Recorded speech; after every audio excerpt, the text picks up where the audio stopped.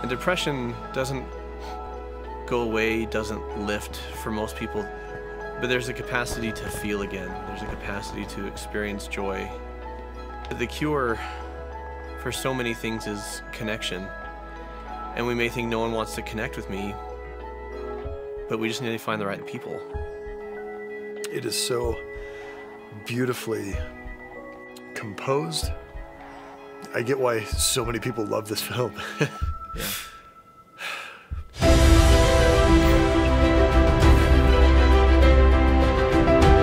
Welcome to Cinema Therapy. I am Alan Seawright, professional filmmaker, and I need therapy. I'm Jonathan Decker, licensed therapist, and I love movies. What do you got for me today, my friend? Today, I'm going to have you react to one of our most requested films ever, 2016's A Silent Voice. It is a Japanese anime film. This is our first venture into anime. It is. Such a diverse genre, and I totally understand. Yeah, it has fans all over the globe, and it can do anything. And you are very vocal. Yeah, and I guess I think about it, it's not a genre, it's a style. Right, it is a style, for sure. Because anime can be Western, it could be comedy, it could be romantic, it could be horror. It could be Akira, which is, I don't know what that is, but it's amazing. And in this case, it's a heavy, heavy drama. Heavy drama about teens and bullying and suicide. Yeah. It was a lot. Yeah, it was, but you know what? It was very uplifting in its messaging. It was. And it ended in a good place. As far as what it's trying to get us to do when it comes to treating one another, there's a lot of power to this story. This episode is sponsored by a Surfshark. Surfshark is a VPN or virtual private network. It'll protect your security online, which is great. Sure. But we're excited to use it to watch content in other countries, unlock that contenty goodness. You can get so many shows that are available in other countries. In fact, you can unlock the 15 largest Netflix country libraries. You know, wow. 15 largest. All the crap that you can't get wherever you are right now, which might be here or somewhere else. And stuff that's good. Also the good stuff. Also the good stuff. But let's be honest, it's Netflix, so a lot of it's crap. Wow. But some of it's really great. You can't keep that in there. Netflix isn't paying us. Surfshark is a great way to unlock Netflix's crap. But we're not. So if you're in the US, you can get stuff on your Netflix that you can't get here, like Friends, Rick and Morty, Doctor Who. Oh, Doctor Who. You can also access BBC iPlayer, Hulu if you don't get that where you are. We don't get BBC iPlayer, which is awesome. BBC iPlayer is awesome. Yes, please let us have a nice thing, Britain. We have a nice thing. They gave us America. They didn't give us America, we took it from them. Unlock all this content by installing Surfshark. Smurfshark is a different thing. On your phone, your tablet, your TV, really any sort of device all across the house and the land. And this is really big. Not a euphemism. You can use this on an unlimited number of devices. And the biggest thing of all, 30-day money-back guarantee. If you don't like it, you don't pay for it. Go to surfshark.deals/cinematherapy and use our code Cinematherapy. That's it. To get 83% off and an additional 3 months free. Thanks, Surfshark, for helping us watch more movies. So what's our setup? Well, Ishida is a kid. He's going to school. He's kind of popular, has some friends. Elementary school, right? Elementary school, yeah. Young kid. He's like 5th grade, maybe, something like that. A girl shows up. She's transferred into the class. Her name is Nishimiya. She is deaf. Yeah. And communicates with people using little flip books. Yeah, notebook. Write down your message. Write down your message. Look at this. And if they're open, she teaches them to sign. And right, and there's one girl in the class who starts learning to sign. But Ishida is, you know, kind of a punk kid, like many of us were, and bullies her. Kind of goes along with there are other people in the class that are bullying her as well. He kind of gets wrapped up in it and pushes it further than anybody else. And does some really pretty heinous stuff. Psychological torture and physical abuse. Absolutely. You feel so bad for Nishimiya because she just wants to fit in and she just wants to be loved and have a friend. Yeah. And then we jump forward in time several years. Ishida and Nishimiya are still in school, but they're almost done with high school. And because of his bullying, he has become bullied. He's become an outcast. People said, that guy's trouble, stay away from him.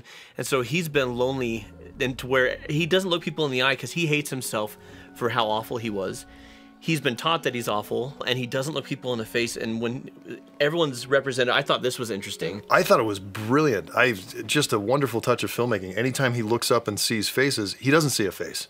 He, like, puts an X in front of everyone's faces.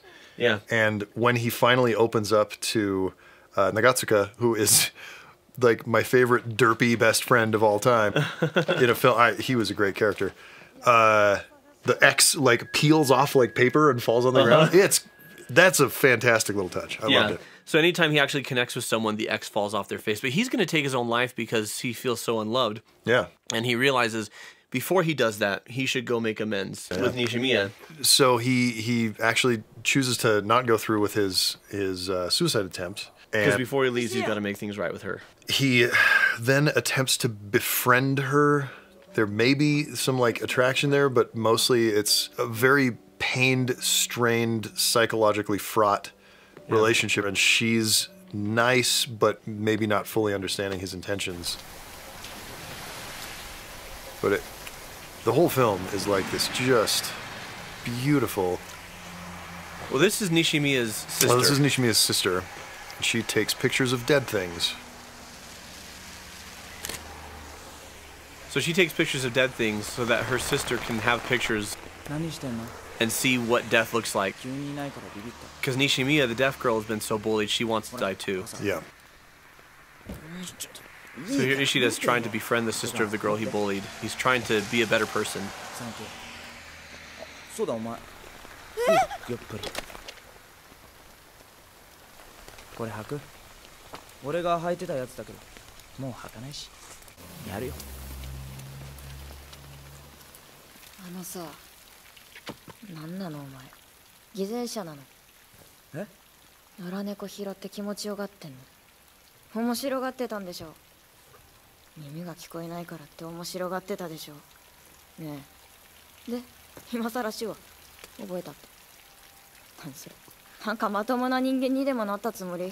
I can see the difference though, it's way better in Japanese.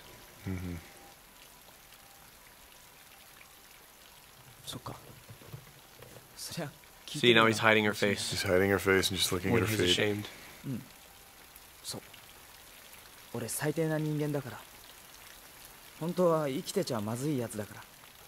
What's beautiful about this film is someone who's done awful and trying to be good. And it's not easy. It's not a quick fix. Yeah, it's a film long fix.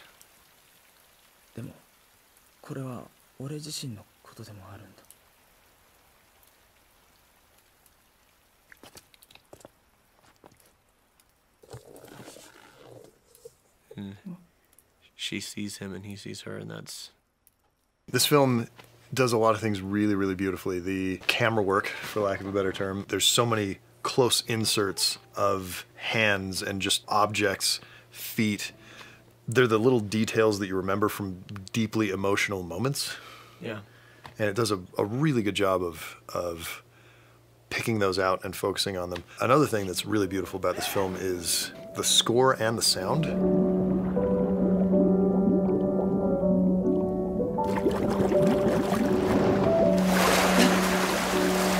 Very atmospheric. It's beautiful. Yeah. Yeah, it's really, really powerful. So Ishida, I really connected with... His bullying was to make friends. His bullying was to keep friends. His bullying was to put someone else down so my friends and I could have a laugh. And it was the basic human need for connection sought in a maladaptive way. Exactly, yeah. And it backfired. Not only did he hurt somebody else, he hurt himself because people decided they didn't want to get in trouble at school by hanging out with him. Their parents didn't want them around him. And then even just people of integrity are like, I don't want to be around that guy. He's bad news. Yeah. And what ends up happening is both the person that you would normally... If imagine a movie about Biff Tannen in Back to the Future coming to his senses and trying to make things right. Wouldn't work with Biff Tannen because, ironically, he's a cartoon character in a live-action movie. He's a cartoon character in a live-action movie. Ishida is a very well-rounded human. Yeah, in an animated movie. And he's so alone.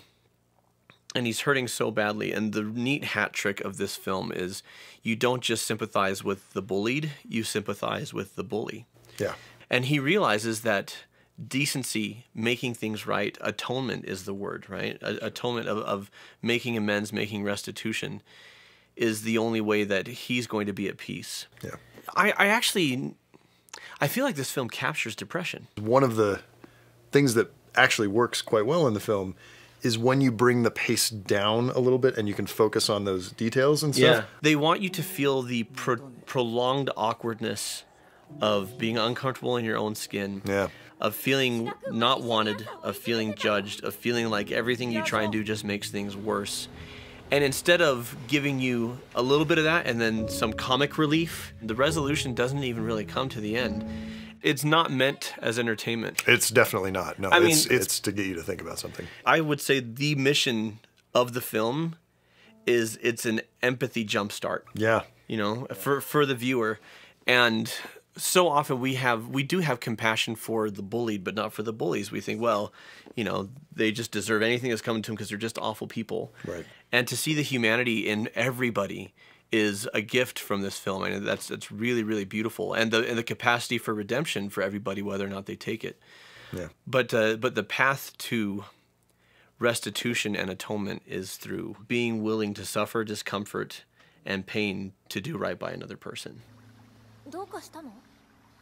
So here we are, and Ishida has been, you know, working with Nishimiya and kind of gathering a bunch of their friends from elementary school, and they're all kind of getting together to have sort of a little bit of a reckoning and apologize for things.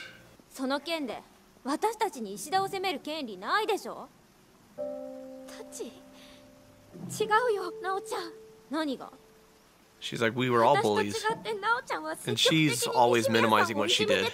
Yeah. Can you imagine listening to the conversation, but looking at the river? Like, it's very realistic. Yeah. But he keeps avoiding people's faces because he's so ashamed. And this shot where we don't see, you know, and then he sits down into it.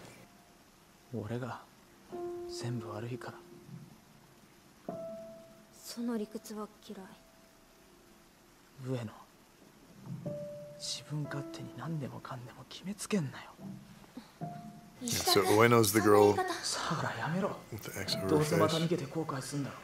Now he's more or less accurately diagnosing everything that's going on, but taking way too much responsibility for himself. He's trying to...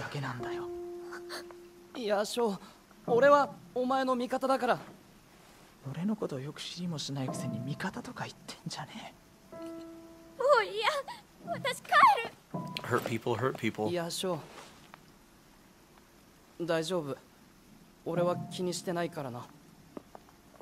So have you ever dealt with someone like this in therapy has caused some pain but is trying to take too much on and like, it's all my fault? Yeah, in therapy there's something called the identified patient. And the identified patient is, there is one person, they're the scapegoat. There's one person who is not solely responsible for everything, but everybody or a lot of people will make it about as if it's all their fault. Right. And so for a long time, Ishida has been carrying the brunt of everything, and that's how he got the rep at school, is all the other kids threw him under the bus and said, he's the bully, not us. Mm-hmm. And he's finally calling everybody else out.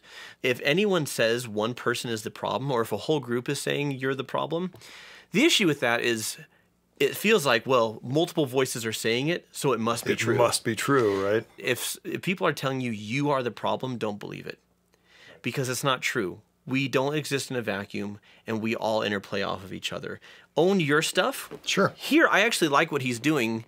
He's a little harsh about it, but he's owning his stuff, but he's done owning theirs. Yeah, and he's pulled this group together to, try and make Nishimiya feel better about herself. And it just turns into the hot potato of blame. They're just throwing the hot potato around instead of doing right by her. But then poor Nishimiya does what he's always done, which is she blames herself. Right. And she says, they were all friends before I came along. I spent some time in Japan growing up, and this is not a uniquely Japanese thing, but, sticking out and being different is very much culturally not okay. Yeah.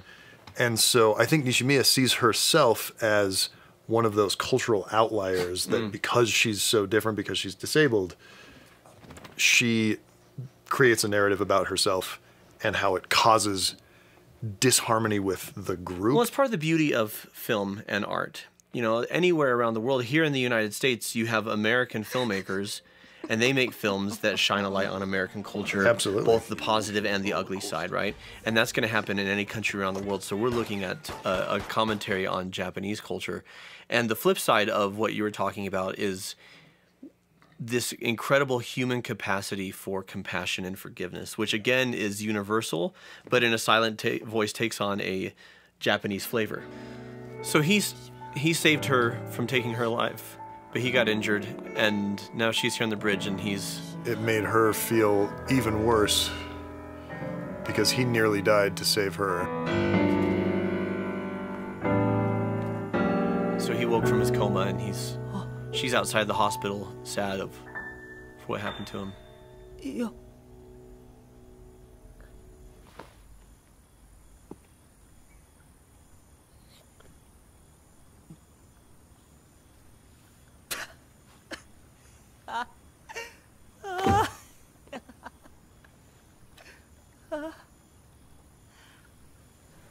Mm. よかった。無事で。The color palette in this film and the 俺 painterly but realistic nature of all the surroundings is just lovely. 大体は西宮さん、ごめんなさい。昔のことちゃんと Talking about bullying her when they were little. He finally apologizes to her. あとその後のこととかも。He's come up close to it a couple of times and then always backed off because he's afraid. なのに俺は君を傷つけて結果最悪な選択させちゃって。私が変わらなかったからあなたが落ちた全部私の私がいなくなればいいってごめんなさい。泣かないでよ西宮。ねえ西宮。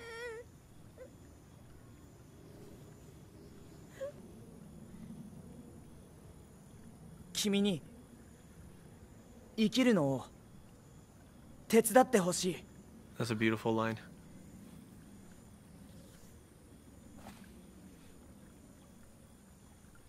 Puts his hands down like end of message. 西宮。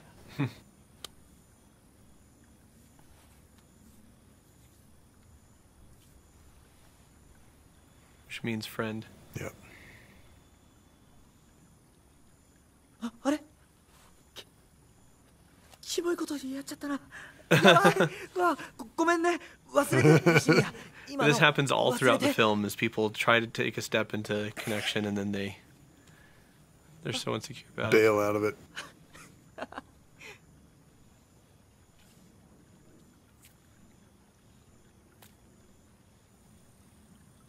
It's slower and it's more pensive than Western audiences are used to.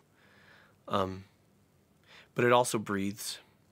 And I love that the moment he actually apologizes and takes accountability for what he did. Mm-hmm.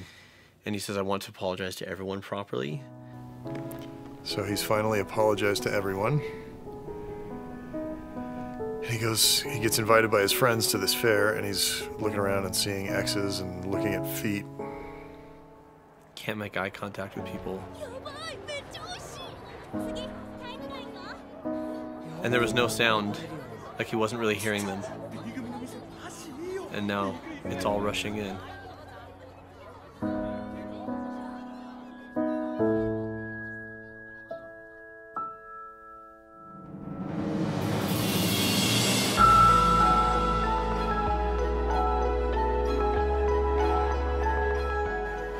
The music here is wonderful. So good.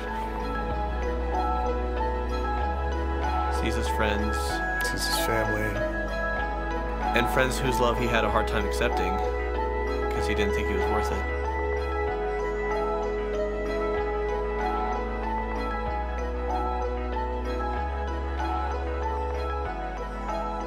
And depression doesn't go away, doesn't lift. For most people, it's something they still have to wrestle with. It's still there. But there's a capacity to feel again. There's a capacity to experience joy. And depression and having done something terrible are not the same thing. In this case, they're interlinked, but Yeah.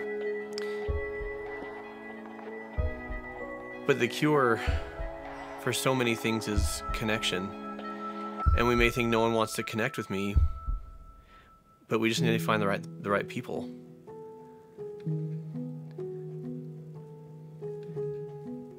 I mean, I don't want to oversimplify, but most people who hurt others are hurting themselves. They just want to be loved, and some won't accept it.